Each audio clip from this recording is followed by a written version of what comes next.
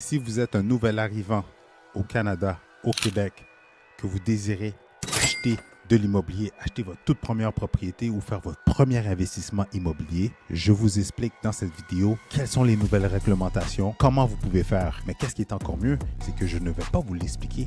J'ai une professionnelle dans le domaine du courtage hypothécaire qui va venir vous expliquer quoi faire, comment faire et quand le faire pour vous assurer de mettre toutes les chances de votre côté pour très rapidement vous permettre d'acheter de l'immobilier ici au Québec. Mais juste avant, bonjour tout le monde, bienvenue sur ma chaîne Immobilier 101 avec Christopher Salador où je partage avec vous trucs, astuces et stratégies gagnantes en immobilier, immobilier commercial, business, mindset et pour englober tout ça, évidemment, on parle d'argent, on parle de cash, on parle de finances. Alors si ce sont des sujets, et j'imagine et j'espère que ce sont des sujets qui t'intéressent, considère à t'abonner à ma chaîne dès maintenant. Cette vidéo-là est la première vidéo d'une série de 3 vidéos avec une de mes partenaires avec qui on développe de la business ensemble, avec qui va prendre en main les clients pour tout ce qui est hypothécaire. Et j'ai mademoiselle Anna Lorenzo. On avait déjà fait une première vidéo que je vous invite à cliquer plus haut, justement où est-ce qu'on avait parlé justement des personnes, les professionnels avec de gros revenus. On parlait précisément du domaine de la santé, les professionnels dans la santé qui, de près ou de loin, justement, les professionnels avec de gros revenus. Mais dans cette vidéo, justement, Anna va vous expliquer quoi faire, comment faire pour vous permettre d'acheter lorsque vous êtes un nouvel arrivant. Parce qu'il y a eu une loi qui a passé et par la suite, quelques temps après, ils ont fait une mise à jour sur cette loi.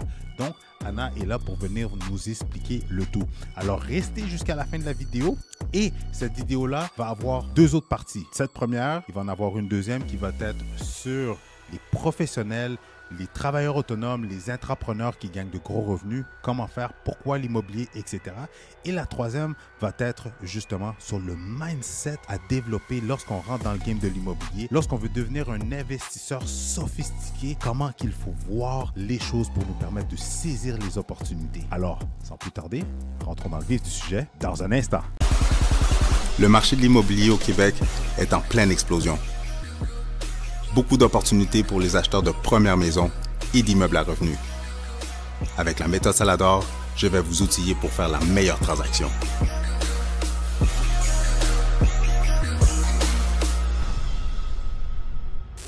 Un petit instant, j'ai une annonce importante à vous faire.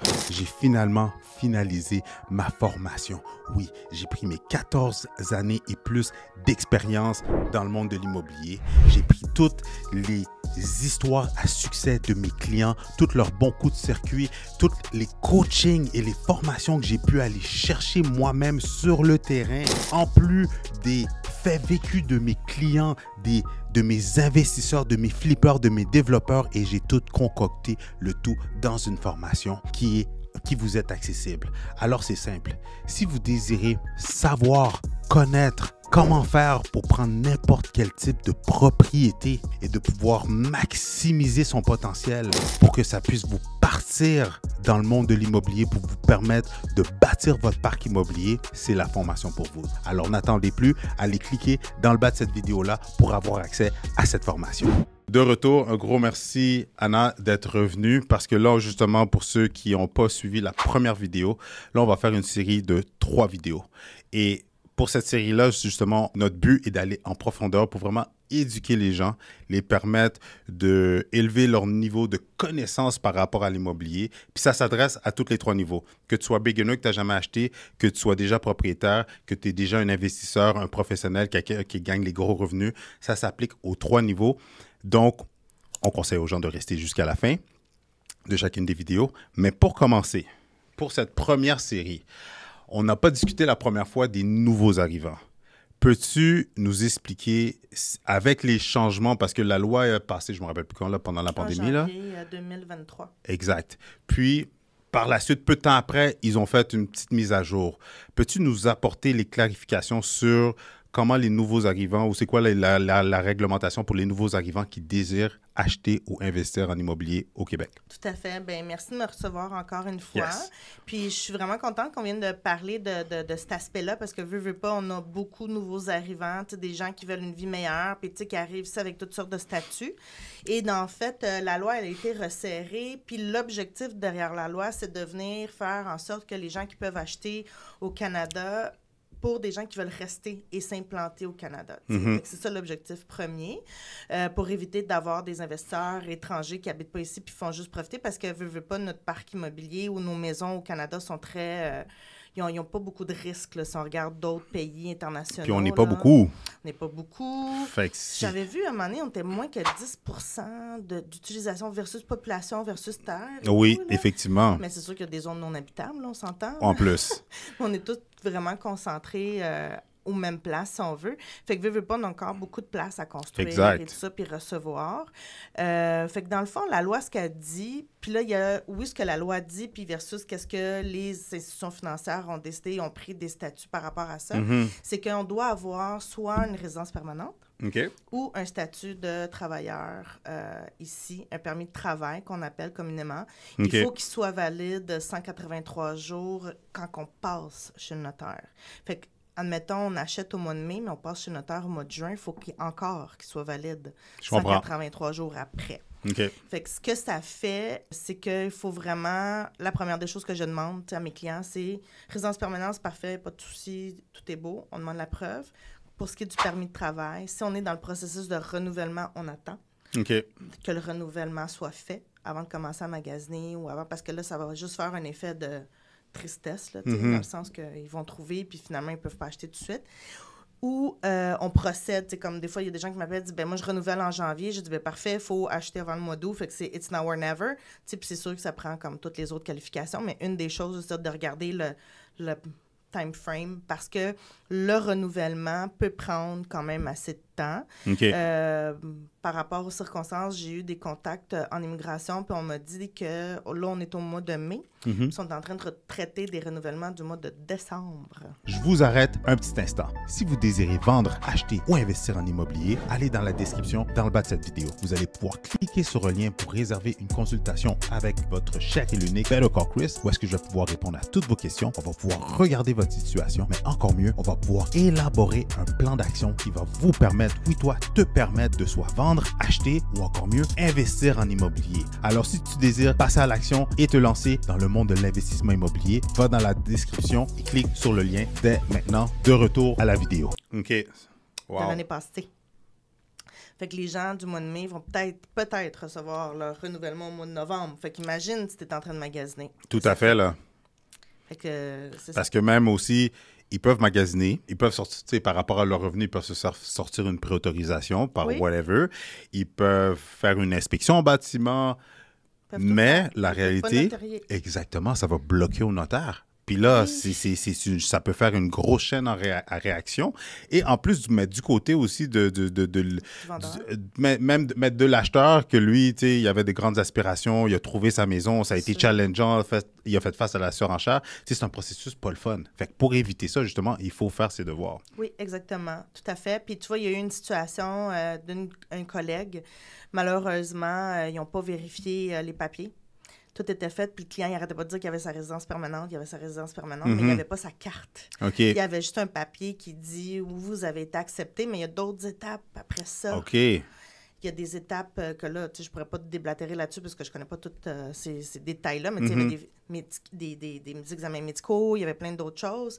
Oui, rendu dans le processus, c'est très rare que les avocats m'ont expliqué qu'il y ait un refus catégorique. Par contre, on n'a pas encore la carte. Fait que le notaire ne va pas procéder à l'enregistrement de la maison parce qu'ils peuvent se faire poursuivre pour 10 000 en plus de pénalité. Parfait. Fait que les notaires sont comme non, ce qui est normal. Y a-t-il d'autres points qu'il faut qu'ils aillent pour pouvoir se qualifier? Tout à fait. Fait que c'est sûr que la mise de fonds, qu'elle soit cumulée ou donation, un des deux.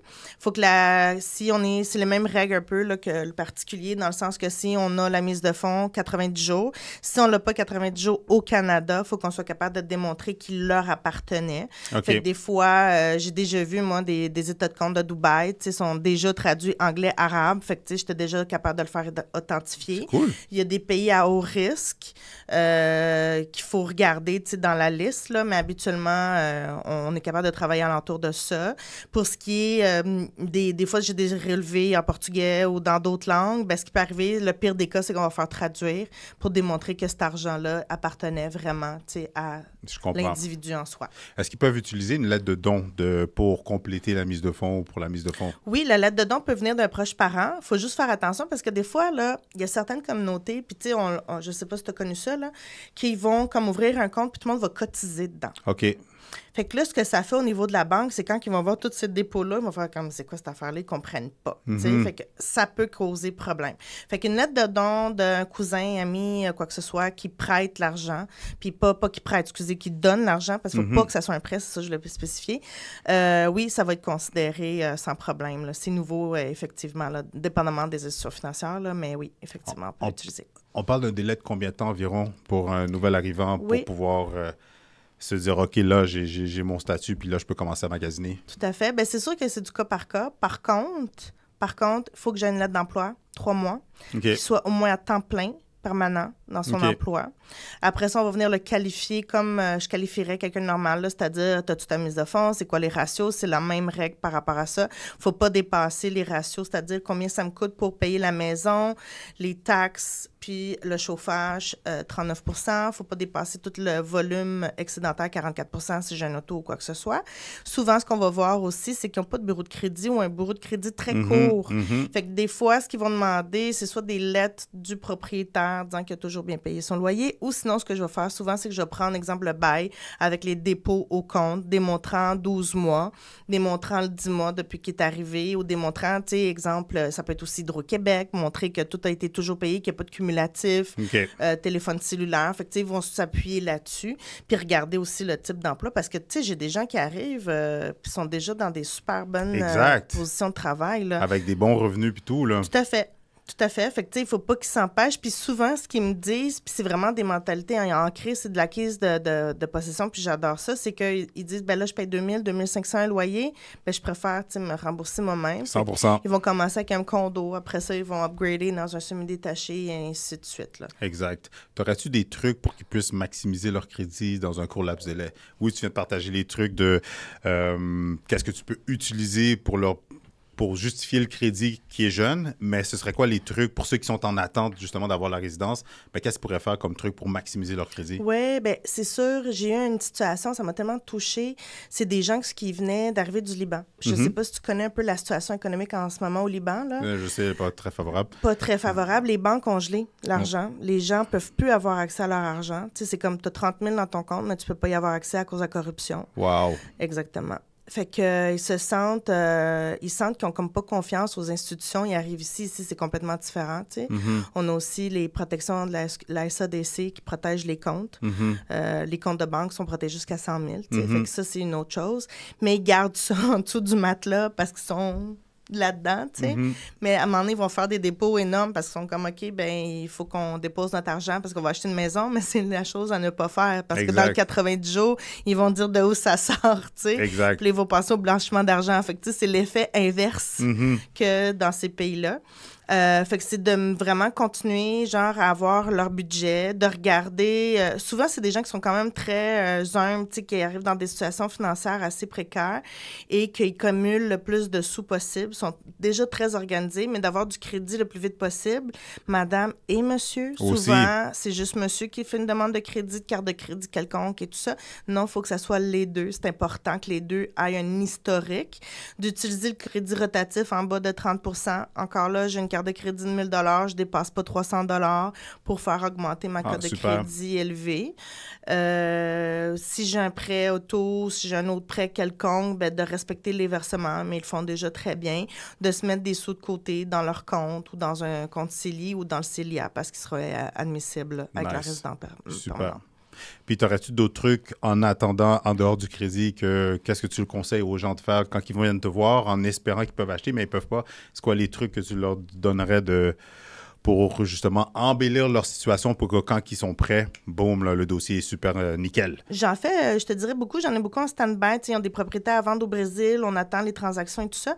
Fait que ce qu'on regarde, c'est le permis. La date, c'est super important. Le permis de travail? Le permis de travail. Tu sais, 6 mois, je peux rien faire, j'ai aucun levier là-dessus. C'est 6 mois vraiment à la date du notaire. Fait que si on renouvelle prochainement, si on a déjà la mise de fonds minimum, on commence tout de suite les procédures, quitte à vendre la propriété au Brésil par après, puis venir mettre un montant sur l'hypothèque après. Je comprends. Puis pas attendre ça, puis de se trouver dans un autre gap. Ou sinon, si, dans le fond... L'objectif ici, c'est qu'ils comprennent assez vite que tant qu'à payer 2000, 2500, je préfère me payer un condo ou d'avoir quelque chose. Fait que dès qu'on a la mise de fonds, puis les dates le permettent sur le permis, tout de suite une préqualification, puis on commence à magasiner tout de suite. La lettre d'emploi suit et ainsi de suite. Fait que c'est vraiment ça. Tu vois, j'ai une situation avec un autre couple. On a regardé, puis il a dit, OK, parfait, je me qualifie pas seule avec ma femme, même si j'ai quand même une très grosse mise de fonds pour le budget qu'il voulait, là, qui était quand même considérable, là, 600 000 là, pour un nouvel acheteur. Mais OK, parfait, je vais me trouver un emploi, puis 3 mois d'emploi, puis le plan de match est établi. Fait que c'est vraiment du cas par cas, puis des fois, un appel suffit pour pouvoir déterminer c'est quoi le besoin direct là, de cette personne-là pour bien l'enligner. Ça ne coûte rien. 100%. Puis j'aime le dernier point que tu viens de dire parce que la réalité, c'est que très souvent, la majorité des gens, pas juste les nouveaux arrivants, mais la majorité des gens, on attend d'avoir les problème pour aller chercher notre prescription, aller voir le docteur.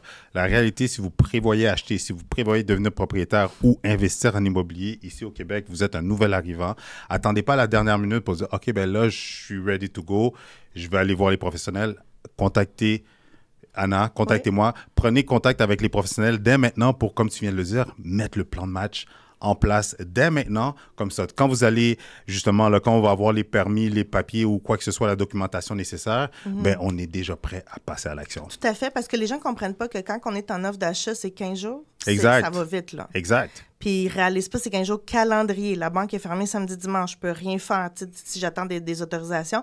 En plus, dans ce 15 jours-là, je ne sais pas combien de jours vous avez pour inspecter. Fait que ça va super vite. Exact. Fait que si on n'est pas préparé d'avance, eux autres, ils se sentent bousculés. Là, ils ne comprennent 100%. Pas qu'est-ce qui se passe, là, effectivement. Puis, en plus, en te contactant à l'avance, ben, tu peux déjà les donner des conseils, des tips qui peuvent déjà mettre de l'ordre dans qu'est-ce qu'il y aurait besoin d'avoir une mise à jour pour que quand ils sont prêts, ben, c'est plus rapide et plus facile pour eux autres. Exactement. Fait que où est-ce que les gens peuvent te contacter pour justement en savoir plus, que tu puisses les aider avec un plan d'action, un plan de match pour les nouveaux arrivants?